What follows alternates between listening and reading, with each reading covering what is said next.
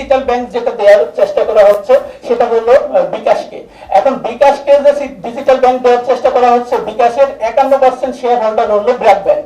এখন ব্র্যাক ব্যাংকের হাতে যদি, তার মানে কি ব্র্যাক ব্যাংক নিজে একটা ব্যাংক আছে, আবার ডিজিটাল ব্যাংক দিয়ে বিকাশকেও সে ব্যাংক হিসেবে করতেছে, একটা মনোপলি তৈরির একটা ষড়যন্ত্র হচ্ছে। গভর্নর মহোদয়ের যে দায়িত্ব গ্রহণের পর থেকে উনি কিছু অসঙ্গত কথাবার্তা গণমাধ্যমে বলেছেন, যেটা কেন্দ্রীয় ব্যাংকিংয়ের শীর্ষ পর্যায় থেকে বলা অসঙ্গত বলে আমরা মনে করি। সেই সম্পর্কে আপনাদের দৃষ্টি আকর্ষণ করছি।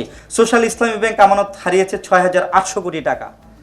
সবচেয়ে ভালো ব্যাংক, সেই ব্যাংকটাও যদি ট্রাস্ট তার ঝুঁকিতে পড়ে বা কোনো রিস্ক ঝুঁকি দেখা দেওয়ার কারণে ব্যাংক রান যেটাকে বলে, আমানতকারীগণ তাদের টাকা একসাথে ফেরত নিতে চান, তারা সেটা দিতে পারবেন না। সেখানে অনবরত অসঙ্গত এবং খেয়ালি বক্তব্য প্রদানের বলি হয়েছে এই কয়েকটা ব্যাংক বলে আমরা মনে করি।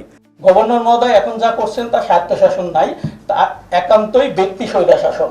এই ব্যক্তি স্বৈরশাসনের বিরুদ্ধে আমরা বলছি, স্বায়ত্তশাসনের বিরুদ্ধে নয়।